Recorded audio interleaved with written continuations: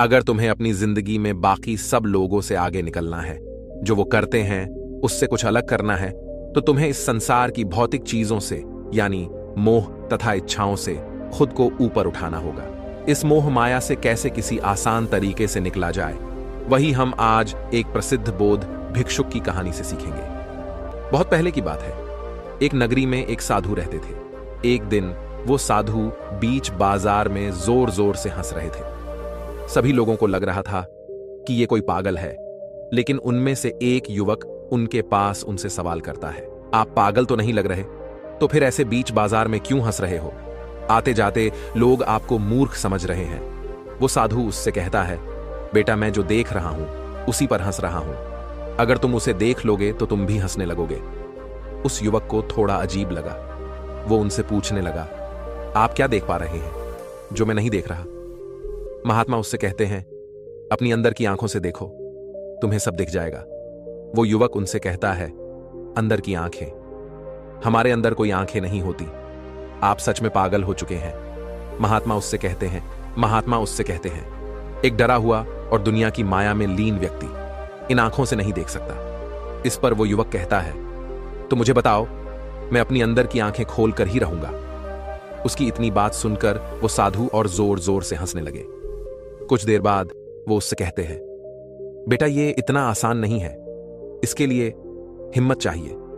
तुम जैसे डरपोक लोग ऐसा कभी नहीं कर सकते। उस युवक इतनी बात सुनकर एक चोट लगी। वो उस भिक्षुक से कहता है, तुम मुझे बताओ कि मैं अपनी अंदर की आंखें कैसे खोल सकता हूं? मैं तुम्हारे साथ रहने के लिए, तुम्हारा शिष्य बनने के लिए भी तैयार हूं। उस साधु को उस युवक की आंखों में आग दिख रही थी। वो उसे अपनी कुटिया में ले गए। अब वो व्यक्ति उन गुरु के साथ उनकी कुटिया में ही रहता था। एक दिन वो महात्मा उससे कहते हैं, चलो मेरी कुटिया की सफाई करो और फिर मेरे लिए भिक्षा मांग के लेकर आना और मुझसे कोई भी सवाल मत पूछना। वो युवक चुपचाप उन साधु की बात मान लेता है। अब से हर रोज वो ये काम करता, लेकिन जब भी वो भिक्षा मांगने जाता तो उसके सगे संबंधी, उसके मां बाप उससे यही बात कहते हैं कि तुम कहां उस पागल के चक्कर में पड़ गए हो, वो तो बस तुम्हारा इस्तेमाल कर रहा है। तुम अपनी जिंदगी यूं बर्बाद मत करो। लेकिन उसने उन सभी की बातों को अनदेखा कर दिया। अब काफी समय बीत गया था, लेकिन उस भिक्षुक ने उस युवक को कुछ नहीं सिखाया था।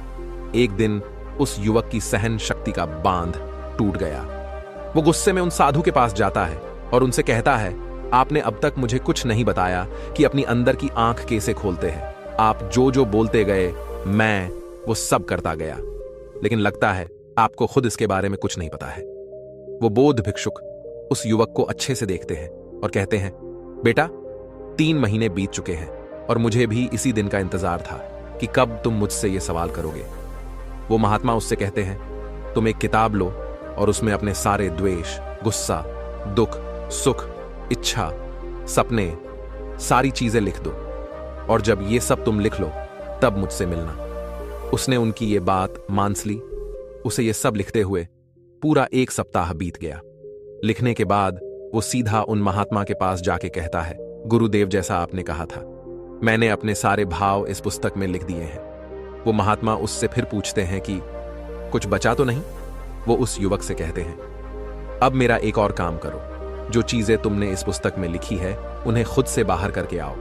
वो युवक उनकी ये हुए मानते हुए वहां से चला जाता है, लेकिन काफी समय तक वो युवक उन महात्मा से नहीं मिलता।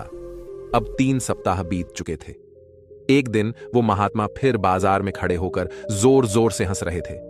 तभी वहां वही युवक आकर उनके समान ही जोर जोर से हंसने लगा। वो महात्मा उससे पूछते हैं, क्या हुआ बेटा, क्या तुम्हारी अंदर की आंखें खुली?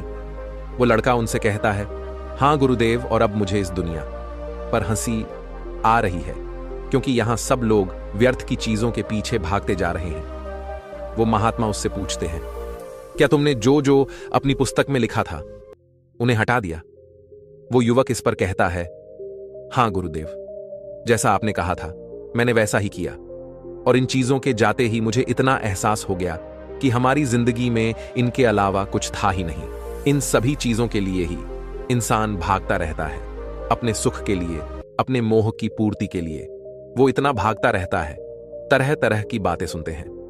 उस युवक की ये सारी बातें सुनकर वो ये समझ चुके थे कि वो इस दुनिया को समझ चुका है। दोस्तों, क्या आपने अपने जीवन को इस नजरिए से देखने का प्रयास कभी किया है? हम सब इन चीजों को छोड़ना चाहते हैं ताकि हम अपना जीवन शांति से जी सके। तो अभी अपनी आंखें बंद करके ध्यान से इन चीजों के परे होके सोचिए कि इनके बिना आप क्या है। इससे धीरे धीरे आपकी आंखें खुलेंगी और आपको लोगों को बातों से कोई फर्क नहीं पड़ेगा, जिससे आप खुद को एक सहनशील इंसान बना पाएंगे।